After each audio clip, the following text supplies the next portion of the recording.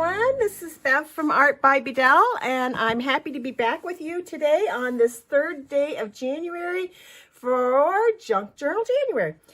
Here is one of my signatures that I'm working on. If you haven't seen my videos so far, I have loose signatures. I will work on them and then I will bind them and put them into a covered journal. I like to do stitching, and so I like to be free with my pages so that I have the ability to take them to my sewing machine and do some stitching.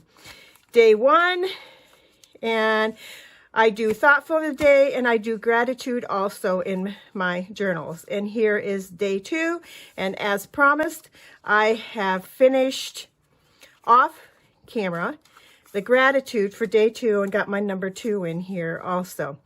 Day three's prompt. Here is our number 3, and our prompt is stained. Well, that's pretty easy for me because my page that I'm working on next is a piece of coffee stained copy paper. So I actually have the prompt already fulfilled. We'll see what we're going to do with this though.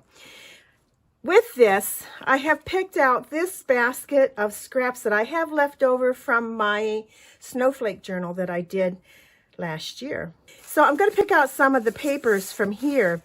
This is some of my handmade papers. It has some snowflake stencils, some of the work already being done.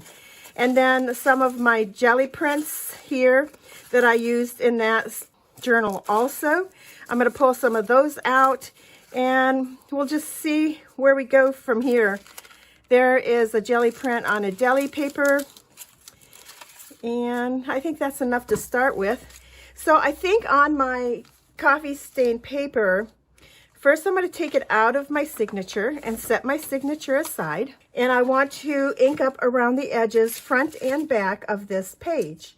Now I'm going to do front and back and all around the whole thing, and then that will be done for the next 3 pages after this. I seem to have part that didn't get torn off, and my page is a little taller on the back side. Now I could leave that. It wouldn't hurt anything. But you know what? Let's just cut it off. There we go. Now it'll be easier to ink it up and get them both at the same time. I will apply my collage elements with soft matte gel and a soft brush. So I do this kind of randomly. I just pick up a piece that really says, you know, you want me in here, and I'll take that and add that first. Will I ink up every one of them? I think for this one I will, because our prompt is stained and we can stain the edges of our paper by inking it up. So there's another value to our prompt. We have the stained copy paper, and we're going to have some stained edges on our collage pieces. So I'll just take this one, put some matte gel medium down on both the page I'm putting it on and the piece of paper that's going on. There we go. I really like this, but let's go with a smaller piece. Now this paper that I'm using here is some that I have created out of my cleanup paper. It's called cleanup paper, it's called drop paper, whatever. It's paper that I use on my desk to catch any inks or whatever. And then when it gets nice and full and looks juicy, I make collage paper out of it. At that point, it's mixed media paper. I will link a link below as to my process on how I do that. And let's see, what else do we want to add? How about this bit of blue? It has a little bit of snowflakes. We had another one with more snowflakes. The white one, maybe. Yeah, I think it's the white one. It's still winter here, even though it's raining today. Normally in January, we have snow. This year has been a little bit off. Am I enjoying that? You bet I'm enjoying that, because I do not care for snow on the roads. I think snow is beautiful, but I don't like it on the roads. It's dangerous, and I have loved ones out there driving in it daily, and no, it's just, I don't like the snow. So we'll put this one up here, and that might be enough collaging on here. Although I did really want to put this polka dot on there, so I think I will. Put that right down here. And this is just some paper. It's actually wax paper. that I use in between my pages of my journal when I'm working on my journal that already has been sewn together, the signature sewn together. There we go. So we're going to get that dried up and then we'll continue from there. Okay, my page is dry and I feel like I want to work with some circles. So I have this stencil and I have this stencil. I am going to apply the little ones first and I'm going to use the soft matte, no, I'm not. I'm going to use the Golden Light modeling paste for that. And I'm just going to put a few of these here or there. I have these ones from that paper, but I want to add a few more. A new jar, isn't that fun? I mean, I've used some of it out of it, but let's just add a few dots here and there. Oh yeah, and there was ink on my stencil, so my dots are coming out stained. Look at that. I think we need to have some right up here also. Be careful not to get that into back into my container. Okay, that's good for the small ones. Now we're gonna have to let every step dry in between. So I'll be back when this is dry. Okay, I know this is dry. I know I put this piece of paper here that has some snowflakes on it. You really can't see it. And I really don't want to embrace snowflakes. I'm over winter, even though winter's not over me. I have a fern that I would like to put on this page and it's vellum. I could put it directly onto here, which would be okay, but I want to add some brads to it. So I have another piece of copy paper that's been stained. Oh, look at the stained spots on that side. And it's darker. It's a different shade. I was going with this side because it was darker yet. And I'm going to put my fern, my vellum fern on that with some brads.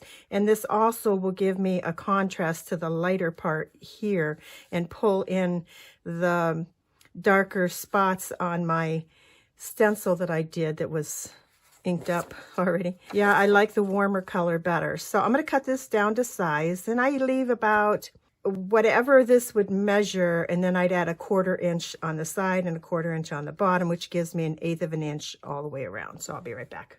I actually decided to go a little bigger than what I had. So I'm going to ink up around the edges of this, and I want to tear. I'm going to tear a little bit on the bottom, and I also want to tear a little bit on the bottom of my vellum piece. I get some brads. So far we've been doing silver embossing in this journal, so I probably should stay with silver. It's not my color of choice. I go to bronze or brown. How about we do like a vintage silver here?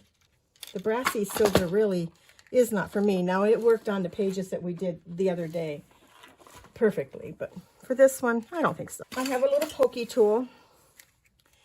And you could add like a little bit of glue at this point. Let me show you. I would take like my art glitter glue because it dries and then you can't see it. Just a little bit right there, just to hold it in place. And then I'll take my tool and I'll poke a hole. You could do this with a hole punch also if you like. I do have my crocodile I could be using. This is just as easy for just a simple thing like this. And if I add the brads now, then they won't show through on the other side of my page. So that's going to go on there like that. I can save these little things for something. And I don't care for the straight edge of this paper, so let's take care of that. There we go. And now how much of this do we want to leave loose? How much of it do we want to, I mean, we could leave the whole thing loose just like this and just go on the top here. I've decided to sew around the whole outside edge of this page. So I went and did my stitching. And then I have also decided just to glue on the top of this rather than flatten the whole thing right out. I don't mind to have a little bit of interactive element on my page where you can move it about. So because I have the brads, I'm going to use a little bit stronger glue, thicker glue. I don't know that it's necessarily stronger, it's thicker. And apply this right over top of those snowflakes that I decided I wasn't going to embrace. Press that down firmly. Okay, so I have my prompt. It's stained. It has stained copy paper. It has stained embossing. And my word is strength. It goes along with my Bible study this morning. And I'm going to put that right on the edge of my fern.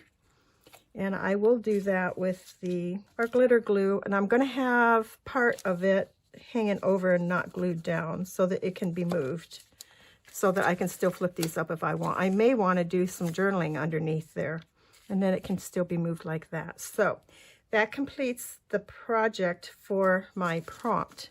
The next thing I have would be my thought for the day, which will go here. Let's put this back in the journal so we can take a good peek at what we have going on here. And I did not get the number 3 in on this one. I keep forgetting my number. Now that would be awesome, I think. Number 3 underneath the vellum. We can open it. Yeah, I want to go with that. Okay, so I'm going to take some art glitter glue, put it on my number 3. Signifies day 3 of Junk Journal January. Let's get it right up here like this.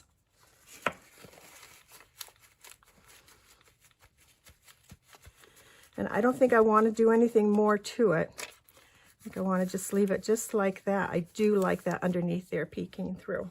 If you can't tell what it is, then you lift it up and you see the number 3. And I will take my pen and I will write January. Let's do it right here. January.